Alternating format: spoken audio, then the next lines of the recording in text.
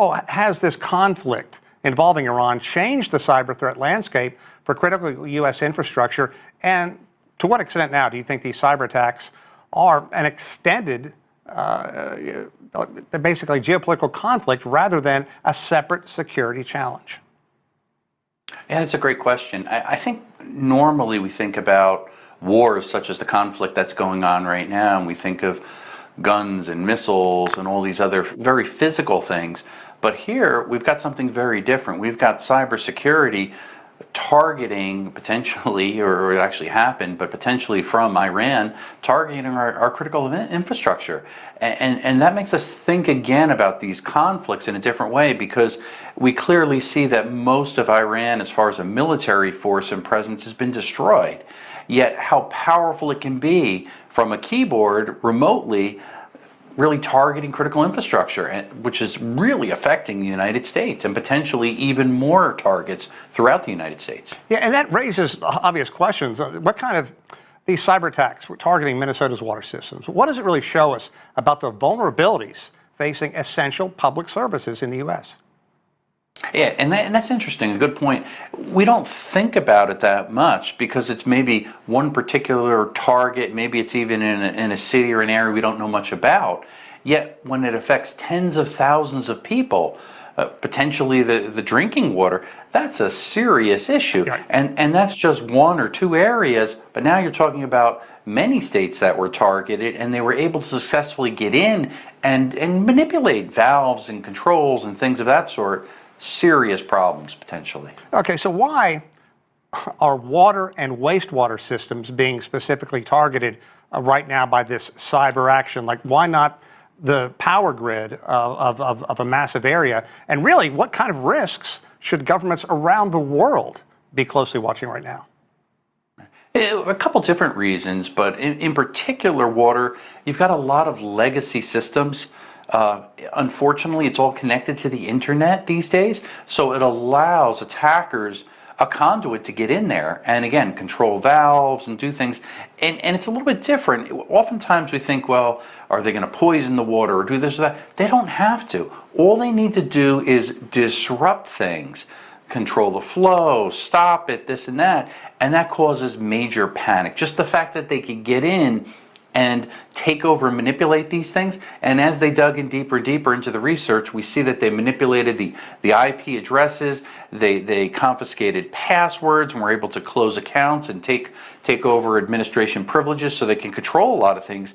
The red flags all went up and panic sets in, and right away all these different water facilities are checking their security and checking, do they have strong passwords, multi-factor authentication initiated, and all these other things, because again, they're all remote controlled. There's not a lot of people controlling the valves and the levers anymore. It's all done over the internet. Yeah, I want to talk about AI and its role in these cyber attacks and the launches and what can be done to prevent them. And I also want to go back about a decade, because when Iran was close to enriching uranium some time ago, I'm sure you remember, there was a U.S. virus that went in, messed up the turbines, and instead of a very costly, very painful, very unpopular war, the U.S. was able to, without admitting it, shut down Iran's ability to enrich uranium by basically just destroying those turbines. Can something like that happen here, and why isn't the U.S. using something like that rather than bombs, missiles, and military personnel? Yeah, brilliant point. And history tends to repeat itself, so it's always good to look back at history. And in that case, it was called Stuxnet, the attack, and it was the U.S. working with Israel in tandem to actually place malicious code on the centrifuges that was trying to enrich uranium back then. And this goes back to around 2010 or so, although it's not public information or admitted yet. We know about it through different stories. It put them a decade at least behind by destroying all these centrifuges by putting malicious code on there. So in a sense, U.S. and Israel were the first to really initiate that attack, Stuxnet, and it was extremely effective. Now here we are, come 15 plus years later, we kind of see the opposite thing. And there is a history of Iran targeting critical infrastructure, in particular, getting into water facilities. So it's a wake-up call to the United States and cybersecurity and the command to make sure that they carefully go through and beef up security and really invest money there. And to your point about the AI, that's a cat and mouse game. It really, from if you're defending it or if you're on the attack, both sides are using AI to effectively speed up the way they get into these systems and try multiple passwords with brute forces and automate the process.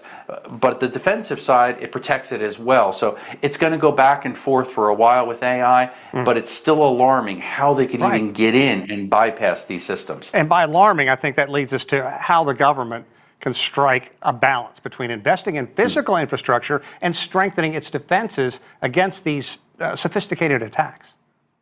Yeah, good point there. Not enough money, unfortunately, is spent to protect, from a cybersecurity perspective, the critical infrastructure. Because again, we're not talking about just water. We are also talking about the electric grid, transportation, food, all of these different aspects that kind of envelop the critical infrastructure need to have proper protection through cybersecurity means. They're making good efforts, but not enough is done yet. Scott Schober, always a pleasure. Good stuff. Thank you so much.